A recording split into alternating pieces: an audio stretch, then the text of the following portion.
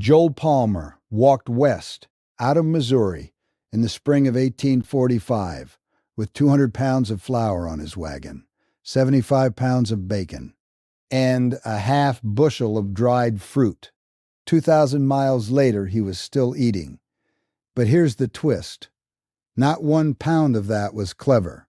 It was 4 tricks, and the men who sold you a refrigerator made sure you never learned a single one of them. My name is Amos Ward. I'm 55 years old, 7th generation on this ridge in the southern Appalachians. My people settled it in the 1790s, and I've never left it. My grandfather Eli raised me, and before he passed, he made me copy every last thing he knew into a leather journal and swear the old ways would not die with me. This is me keeping that promise. 21 of them. Number 1 is not food at all. Number 21, a dirt hole that outperformed your garage freezer. Picture an English field in the early 1800s. A man digs a shallow rectangular depression, no deeper than his boot top.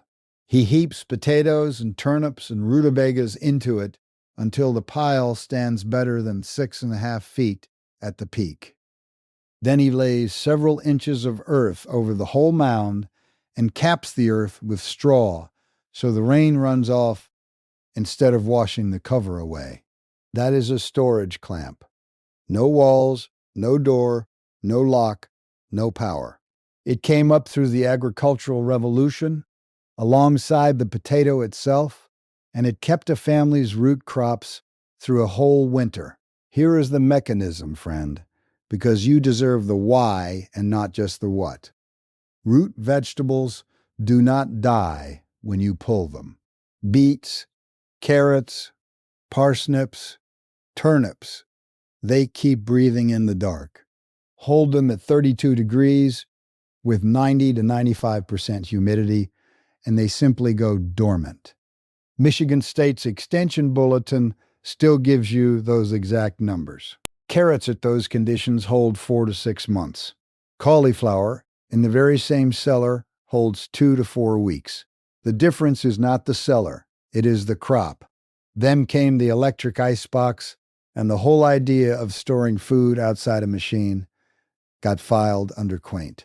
They did not outlaw the dirt hole. They just made you feel like a peasant for digging one. A chest freezer runs you $400 and turns your food into garbage the hour the power line goes down. The clamp costs a shovel and an afternoon, and it still works.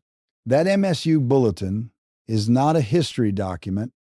It is a live extension resource telling you today in plain language that beets and carrots and cabbage will hold 1 to 6 months at 32 degrees and high humidity. The knowledge did not expire. The habit did. I wrote every one of these down, friend. The temperatures, the ratios, the years, the ones that will hurt you, and the ones that won't. Copied out the way Eli kept them in that leather journal, so it lives somewhere besides my head and yours. It's called the Lost Frontier Skills Handbook. Now, most of you are watching this on a television, so look up in the corner of your screen. There's a small square code sitting there. Point your phone's camera at it, and it'll open right up. If you're on a phone or a tablet, it's the very first link underneath this video. And if you'd rather just remember it, go to amosward.com. That's amosward.com. That's the only time I'll bring it up. Back to the count. Number 20, the pile that must never be one pile. An Ohio farm wife in the 1870s keeps her apples in one room and her potatoes in another. And if you asked her why, she'd say, because that's how it's done. She was right, and she did not know why. Apples give off ethylene gas. Ethylene tells a potato to wake up and sprout, so a barrel of apples next to a barrel of potatoes ruins the potatoes by February. It runs the other direction, too. Cabbage and turnip will hand their smell straight to your pears and apples. That is not folklore. That is the Michigan State Extension Sheet, written in this century. Nobody sold you a villain for this one. What killed it was the single box kitchen. One refrigerator, one temperature, everything in together, and the knowledge of what poisons what went out with the second room. Now go read the manual on any modern refrigerator and tell me where it says apples sprout potatoes. It doesn't. 2 rooms, or 2 ends of a room, free. Separate rooms saved the roots. The next one needed the opposite weather entirely. Number 19, the squash that freezes to death in the root cellar. Every homesteading article you have ever read tells you to put the harvest in the cellar. Winter squash and pumpkins will rot on you if you do. They want 50 to 55 degrees and 60 to 75% humidity, warmer and drier than the roots. By a wide margin. Put a pumpkin at 32 degrees and you give it chilling injury. Give it the conditions it actually wants and it holds 2 to 6 months. The old houses knew this without knowing the numbers. Squash went upstairs or under the bed or on a shelf near the chimney. Roots went down. 2 climates in 1 house. And nobody wrote it down because nobody needed to. Central heat flattened the house. 1 temperature, wall to wall, all winter. You cannot store a pumpkin properly in a modern home because a modern home has no cool, dry corner left in it. But the numbers still hold, and MSU still prints them. 50 to 55 degrees, 60 to 75%, 2 to 6 months. An unheated closet on the north wall will do it. Number 18, the green bean on a string. Up here we call them leather breeches. Shuck beans, some folks say. You take whole green beans, thread a needle, and run the beans onto the thread one at a time. One at a time. I want you to sit with how long that takes. Then you hang the strings behind the wood stove until every bean is leathery and hard. To eat them, you simmer them a long while with salt and a piece of pork fat, and they come back. Not the same as fresh, better. Something happens to a bean that has been dried and brought back that does not happen to a bean out of a freezer. The heirloom for it, here, is a greasy pole bean out of North Carolina, called Lazy Wife. Same bean my people grew. The freezer killed leather breeches, and it did it without an argument. Nobody threads beans on a needle when there's a bag in the door of the icebox. They did not ban the string. They just made the string look like poverty. The Oak Spring Garden Foundation writes about leather breeches as a living Appalachian tradition. And the West Virginia Encyclopedia carries it in its food preservation entry. It's not gone. It just went quiet. Number 17, 25 pounds to the bushel. Here is how you knew your apple drying had worked. In period reckoning, a bushel of dried apples weighed 25 pounds. That is your test. Weigh the bushel. Water is what you are removing, and water is what you weighed. And the scale of it will surprise you. California's dried fruit crop in 1890 came to 48,700,000 pounds. 2,435 railroad carloads of dried fruit. In 1 year, out of 1 state. That was not a hobby. That was the food supply. Then fresh fruit learned to ride a refrigerated car, and dried fruit got demoted to a snack with a health claim on the bag. The mechanism has not changed one bit. Pull the water out, and nothing can live in what's left. The FDA puts the lime at a water activity below 0.85 for shelf stability. That is the modern number underneath your great-grandmother's apple rings. 48 million pounds of apples.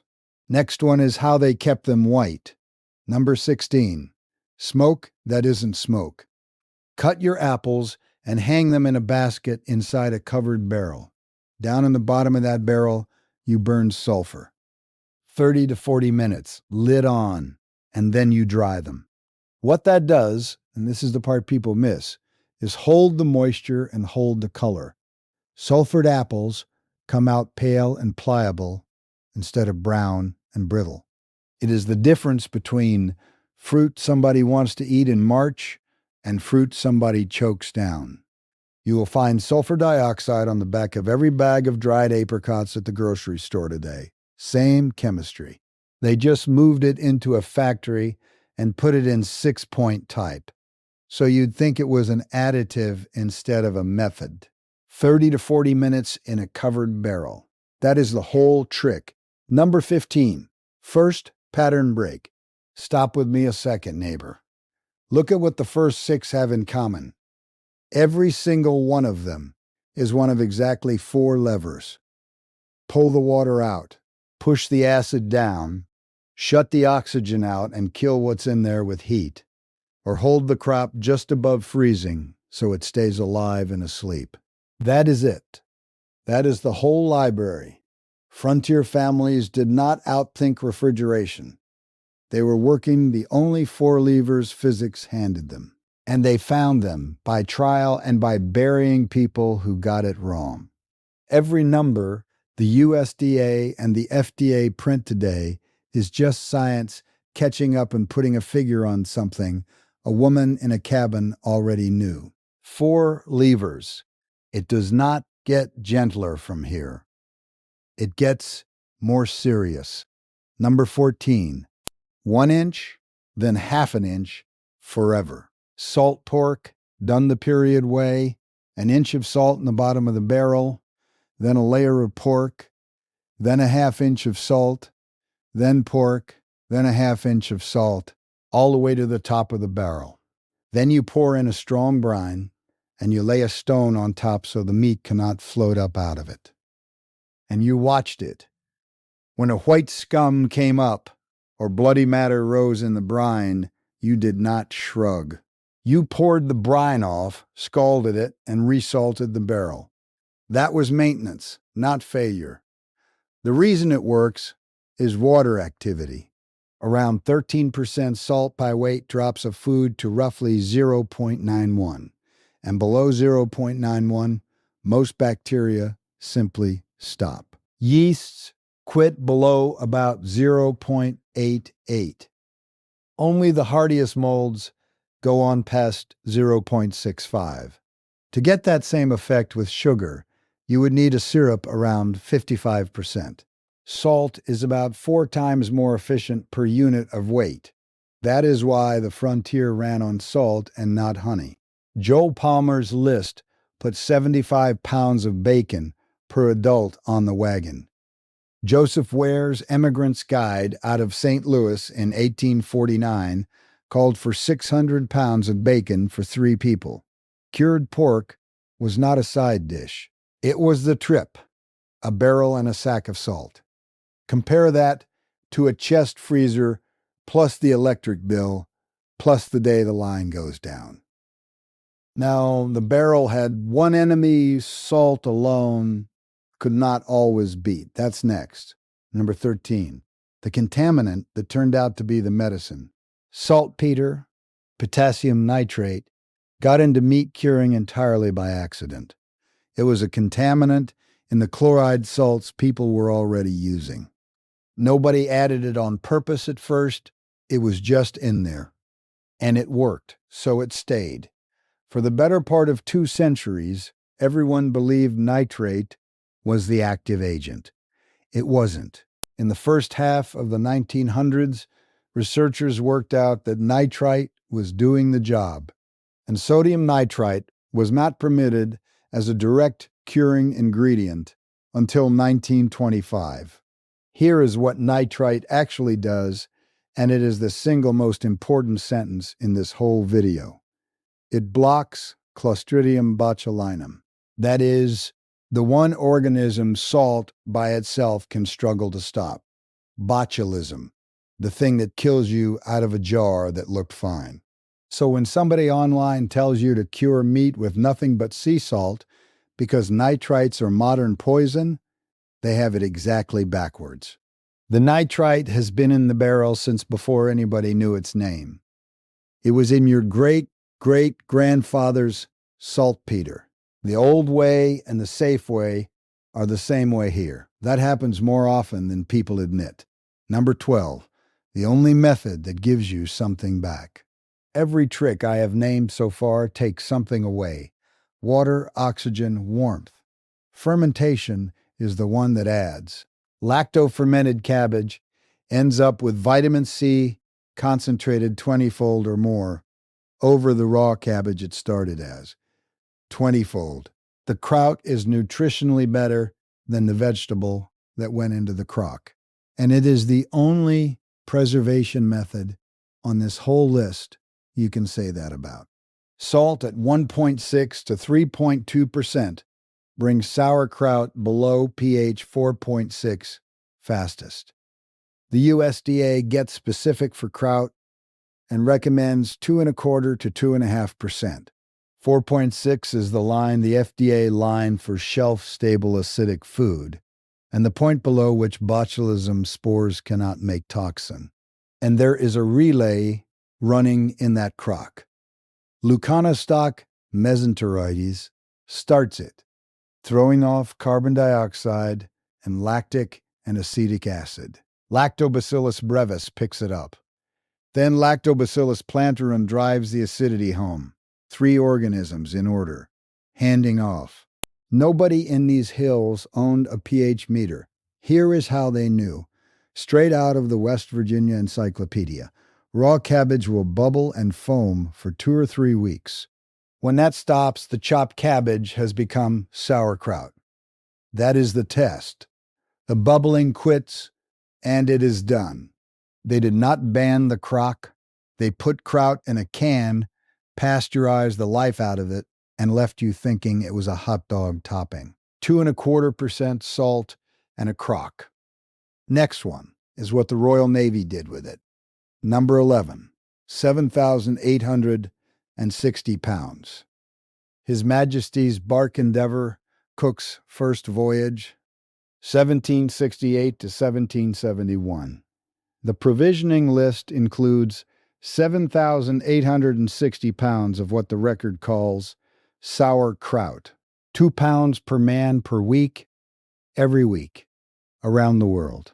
In July of 1771, Cook reported to the Victualling Board that no dangerous cases of scurvy had occurred, but the sailors did not want it.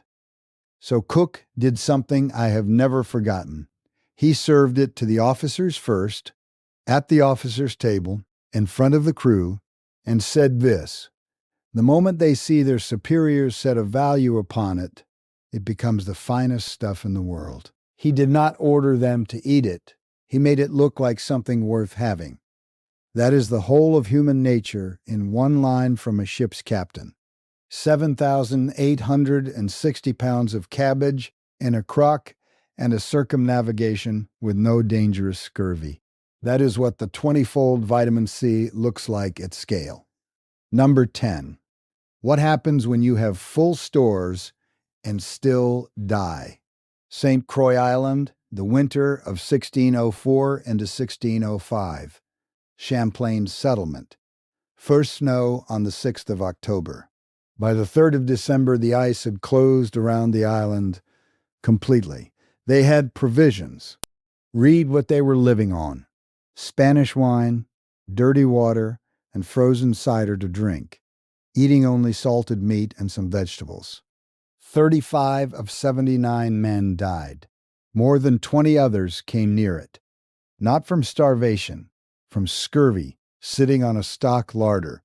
I want this one on the record, Frem, because I am not here to sell you a fantasy.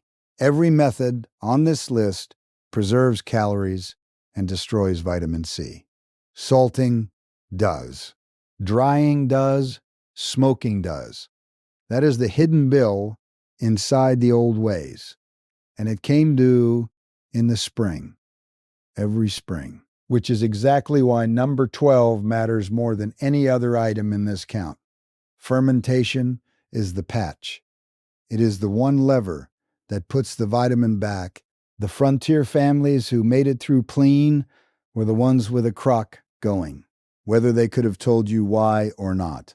The old ways kept people alive. Alive and well-fed were two different things. Number 9, second pattern break, the correction. I could stand here and tell you every old method was wise and every new rule is meddling. That would be a lie, and Eli would have taken a switch to me for telling it. Open kettle canning, the grandmother method, hot food into a hot jar, lid on, wait for the ping, onto the shelf. Dr. Elizabeth Andrus at the National Center for Home Food Preservation is direct about it. An old, outdated method of canning, the open kettle method, is now considered unsafe, and it results in a very real danger of botulism with low-acid foods. It was discouraged after the Second World War and has been officially recommended against since 1989. Mold getting in at the seal can raise the pH back above 4.6 and wake botulism spores right up. And E. coli 0157, H7, Listeria, Salmonella, and Campylobacter can ride along in acidified food long enough to make you sick. Killing mold takes 212 degrees in the boiling water canner for the full recommended time. So no, not everything old was right. The 4 levers were right. Some of the hands working them were guessing. Now I'll give you the timeline of how we learned better. Number 8, a prize of 12,000 francs. 1795. Napoleon offers 12,000 francs to anyone who can solve food preservation for an army, roughly $300,000 in today's money. 1809, a French confectioner named Nicolas Appert claims it. And here is my favorite part of the whole history. Appert thought air caused spoilage, so he simply aimed to keep it out. He was wrong about the mechanism and completely right about the method. He beat Pasteur to a working answer by half a century with the wrong theory in his head. That is how most of these tricks came to us, neighbor. Right action, wrong explanation. And it worked anyway. The rest of the timeline is quick and worth having. 1858, John Mason patents the threaded jar. 1872, Amanda Theodosia Jones develops the Jones process at 120 degrees. 1915, Alexander Kerr introduces the 2-piece lid. 1917, the USDA determines pressure canning is essential for low-acid foods. 1988, the USDA publishes the Guide to Home Canning. Every jar in your pantry is standing on that list. Number 7, bread raised by no yeast at all. Salt-rising bread. The earliest documented recipe is 1778, out of what is now West Virginia, the western frontier of Virginia then. My end of the world. Why did it exist? Because you could not buy yeast. Commercial yeast did not arrive until the 1860s. Almost a century of frontier bread had to be raised by something you could catch out of the air and the flour. What raises it is Clostridium perfringens, and it makes mostly hydrogen gas rather than the carbon dioxide of a yeast bread. Now, I know that name frightens people, so hear the correction with the fact the strains involved are considered non-pathogenic because there is no evidence of any pathogenic toxins produced. And the heat of baking brings the bacteria down to safe levels. Say both halves or don't say it. There is a relay again, Bacillus for the first 4 hours, Clostridium from 4 to 8, Lactobacillus from 8 to 12. And it needs 6 to 16 hours at around 104 degrees. Hotter and faster than sourdough, which is exactly why that starter lived behind the wood stove and nowhere else. Take the wood stove out of the house, and you take the bread with it. That is what killed it. Not a law, a kitchen remodel. Number 6, cold harvested like a crop. By the end of the Civil War in 1865, the ice houses of the Hudson River Valley were cutting about 3 million tons of ice every winter. 3 million tons, sawed out of a frozen river by hand, hauled up ramps, and stacked in barns. The insulation was sawdust, several inches of it in the walls, and sawdust or straw packed between every layer of blocks. And it held. Frederick Tudor shipped ice from Boston to Calcutta. A sailing ship left with 180 tons, spent 4 months at sea, crossing the equator twice, and arrived with 100 tons still frozen. About 44% lost over 4 months, with nothing between that ice and the tropics but sawdust and straw. Read that again, friend. 100 tons of New England pond ice. In India, in a wooden ship, in the 1800s. Nobody had to kill this one. The compressor did it quietly. But the principle never went anywhere, and the material is still free at any sawmill in this country. 3 million tons out of one valley, and it was all in service of holding 32 degrees. Number 5, what enough actually weighed. Joel Palmer, 1845, wrote it down in his Journal of Travels over the Rocky Mountains. Per adult, 200 pounds of flour, 30 pounds of pilot bread, 75 pounds of bacon, 10 pounds of rice, 5 pounds of coffee, 2 of tea, 25 pounds of sugar. Half a bushel of dried beans, a full bushel of dried fruit, 2 pounds of saleratus, 10 pounds of salt, half a bushel of cornmeal per adult. A wagon carried up to 2,500 pounds total over roughly 2,000 miles at 12 to 15 miles a day for 4 to 6 months. In 1850, that trip cost $800 to $1,200, somewhere between $32,000 and $48,000 in today's money. I have to correct my own title here, and I'd rather do it out loud. Almost nothing is only true of cash.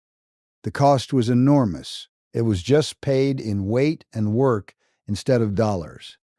200 pounds of flour per person, 3 million tons of ice cut by hand, beans threaded onto a string, one at a time. Cheap and easy were never the same thing. Not once on this list. Number 4, the myth I want dead. You have heard it your whole life. They used heavy spices to hide the taste of rotten meat. It is false. Food historians have been knocking it down since the 1980s. Frank Clark, the historic foodways supervisor at Colonial Williamsburg, puts it plainly.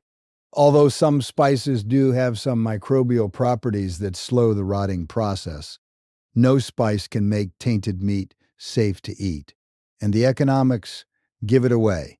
The only people who could afford spices were the least likely to have bad meat, and spices were far too valuable to waste covering something up.